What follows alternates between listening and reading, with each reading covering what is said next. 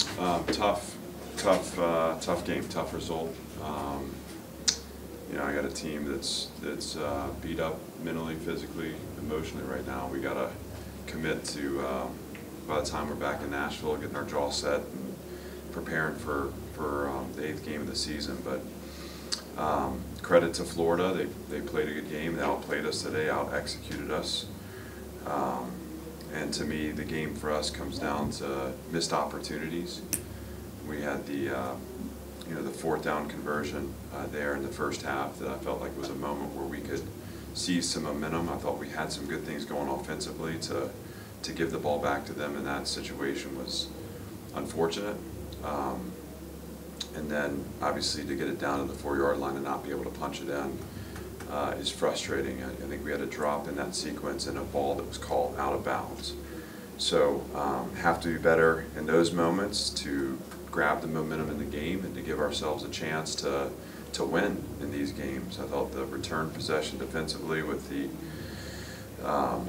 2 personal foul penalties was also unfortunate, not indicative of our program, that gave them the 3rd score there in the first half. When you look at just the numbers, I think defensively, too much space in the run game. We didn't tackle well tonight, and what happens when you're not taking space early in the snap and you're not, your eyes aren't on the right key and you start chasing the play down, you get thick on blocks and you open up space for good players. And we got to run our feet, we got to down the ball, but I think it comes down to winning early in the down with our eyes so that we can be in better position late in the down. Offensively, the 3rd down performance was really disappointing.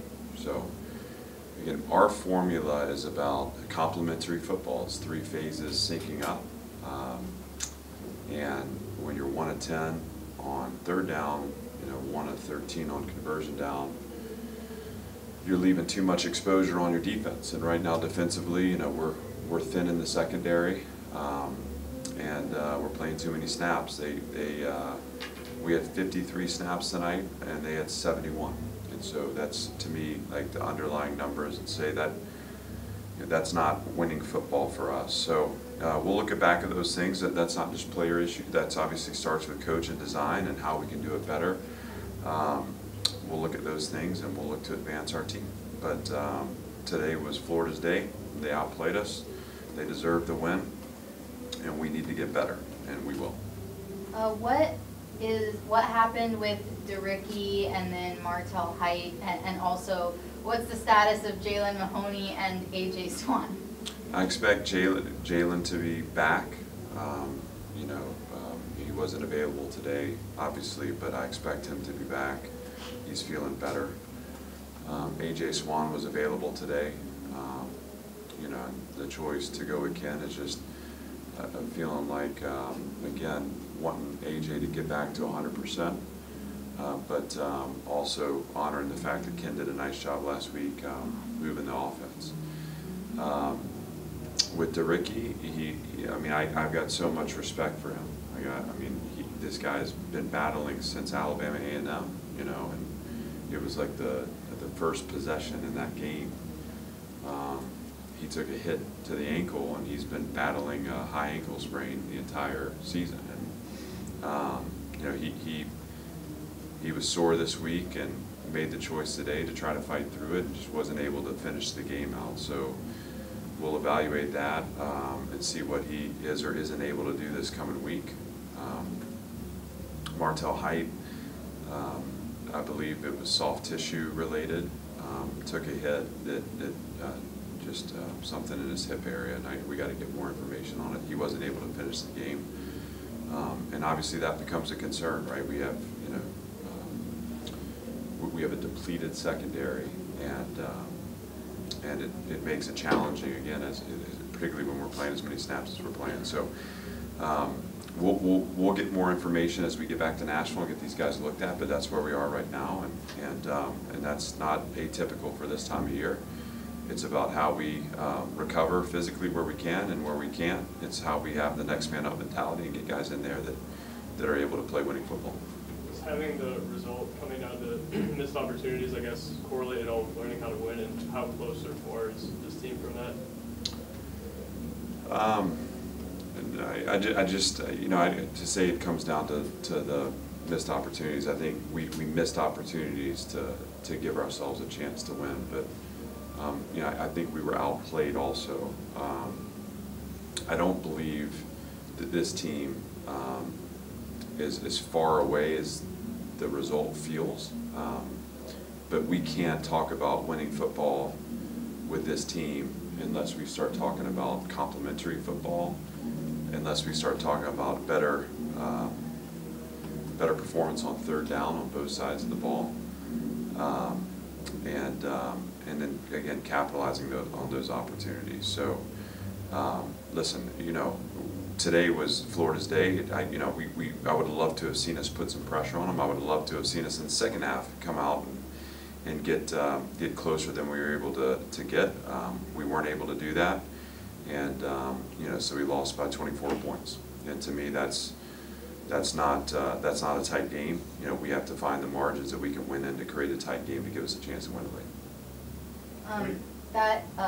The jet sweep play to Jaden McGowan, that seems like it works, pretty much every time it's run. What is it about that play that works so well, and you tried to incorporate more of that type of the stuff into the offense? Well, it's a good play because it gives us a chance to get the ball in the hands of a good playmaker, and it works when we do a great job on the perimeter blocking. And so when we can create a line for him to circle the defense, he's got the ability and the skills to make it count and to make it hurt for them. He had 2 carries a day for 25 yards, so he averaged 12.5. That'll continue to be something that we look to do offensively. And obviously Jade's one of our dynamic players. We need to get him going in the passing game. That's one thing that we need to do. Obviously it was good to see some production out of Will, and Junior had some nice catches out there. But Jaden's a part of that group too, so we'd like to see him get going in the passing game. Certainly we love what he's doing in the running game. And then, later in the game when players like Richie Hoskins, Logan Kyle, Cam Johnson, we're seeing a lot of time there. Was there a particular reason that you opted to bring those guys into the game in the fourth quarter? They're all a part of personnel groups. Richie is a guy that's contributed a lot to us, and he's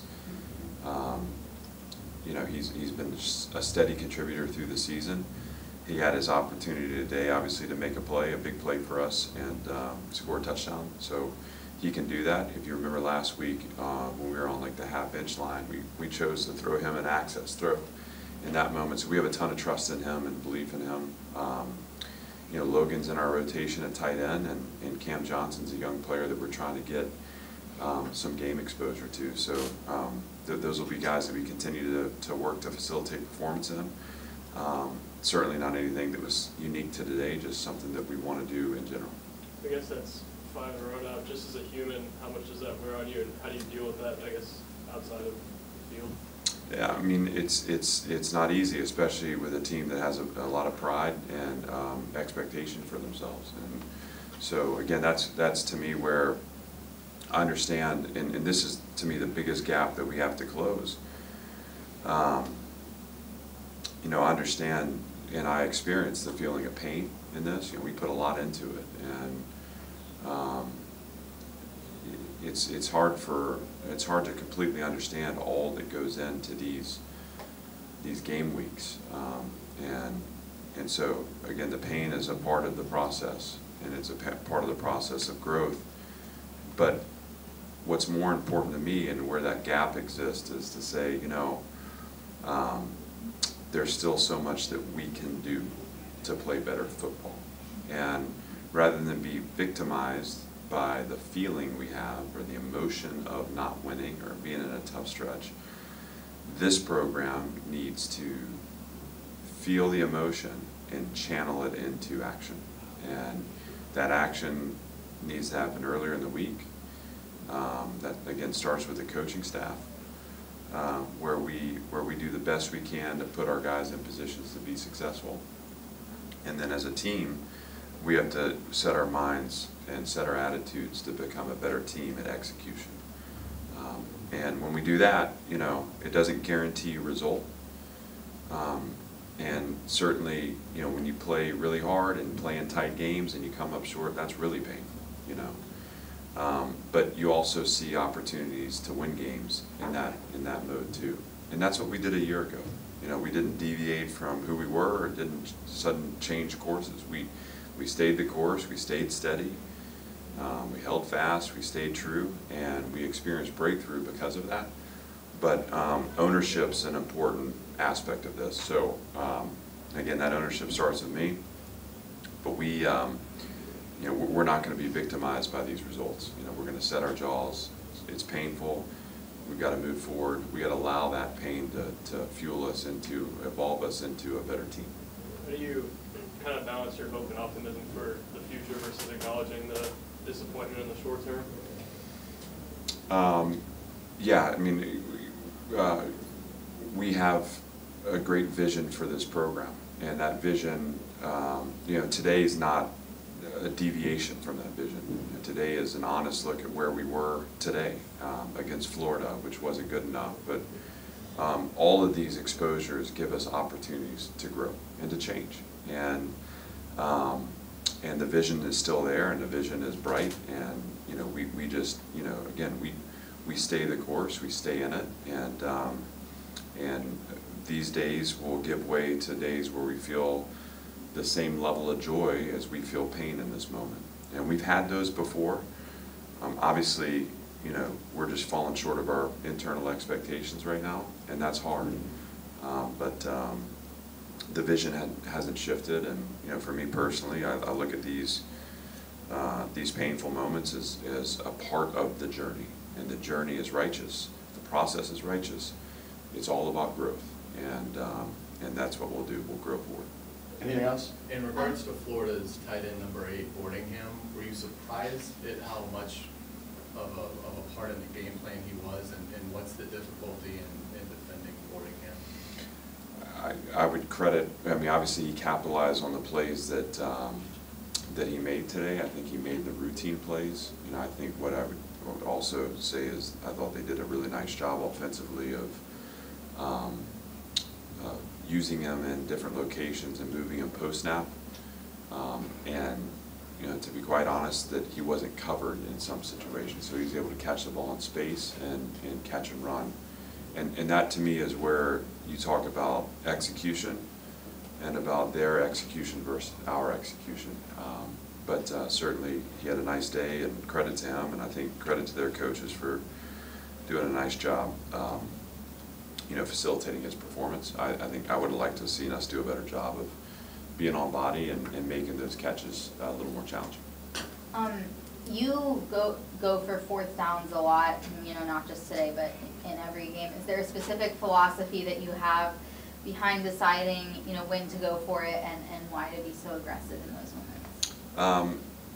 You know, we obviously use analytics, but we never just defer to analytics, so those are always my choices ultimately.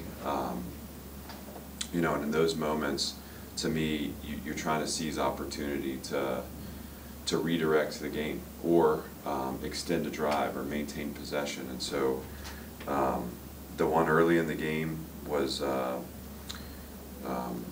where we converted but fumbled the ball. It was just this feeling of we have a play, we like the play, we need to extend and maintain possession. Felt like we had more to give offensively, and it just, to me, was an opportunity to try to grab some momentum in the game. The 4th and 4 from the goal line, in my mind, is a no-brainer, because you know you have belief that you're going to score a touchdown, but you're also putting them on a 96-yard field on the return possession. And to me, I think that's a great.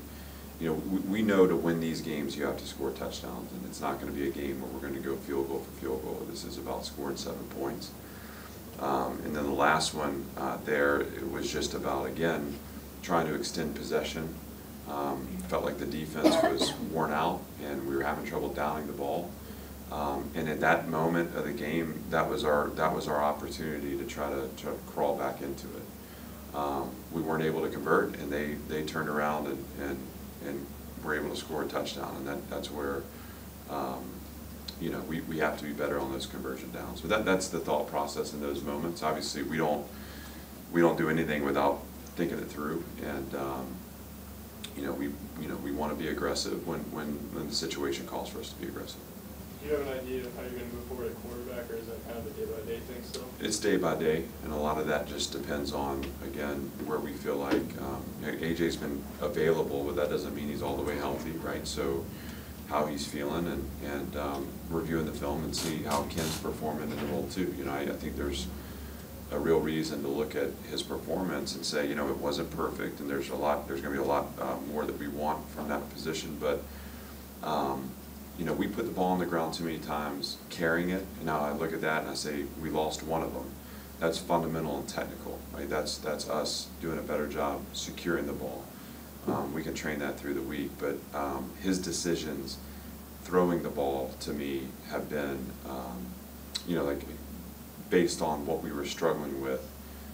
He's done a nice job of keeping the ball out of the opponent's hands, right? So, you know, that's a big part of us, you know, continuing to build offensively and grow offensively, is to make sure we're maintaining possession. So we'll look at his performance, we'll make decisions day by day, like you said. Thanks, everybody. Thank you. Thanks. We'll open it up for questions for Ken Seals. Being in an environment like this, how good did it feel to be back in a big road environment after a couple years of not starting? Yeah, it was really cool. I think they showed like 89,000 there, so they're loud, and yeah, it was fun. It was fun to be out there playing football. How do you evaluate the offense as a whole today? Obviously, you know, there's more for us out there. We'll watch the tape and see that there's plays that we could have made. You know, different ball could have gone a couple different places on my end, so you know, I'm obviously going to take accountability for those ones and see where we can fix them. But you know, we got to be better. So. With a stretch like this, 5 straight losses, how do you, as a leader, kind of talk to guys, and is it hard to keep the morale up at times? Yeah, it is, but that's not something we're going to back down from. It is what it is, and we're going to own it. And you know, we got another game coming up at home, and so that's where our attention's going to be at. It's not going to be on the last 5 games. Those games come and they go, and you move on past them, and you take the learning and you apply it to the next week. And so, I think that's going to be big for us, and ultimately put this behind us and keep moving forward, because we got another half of a season to play. So. We got to finish strong. Yeah, what happened on those kind of the 4th down plays that went wrong? Yeah, there was one I took the sack. There was one that we converted it, and then you know, ball came out. You know, it's a close call. You know, they didn't really do much on defense. I feel like it's, you know, going to be on us to clean up our mistakes and get the ball out. So, you know, it's on us. Anything else for Ken? All right. Thank you. Thanks, guys. Appreciate it, sir.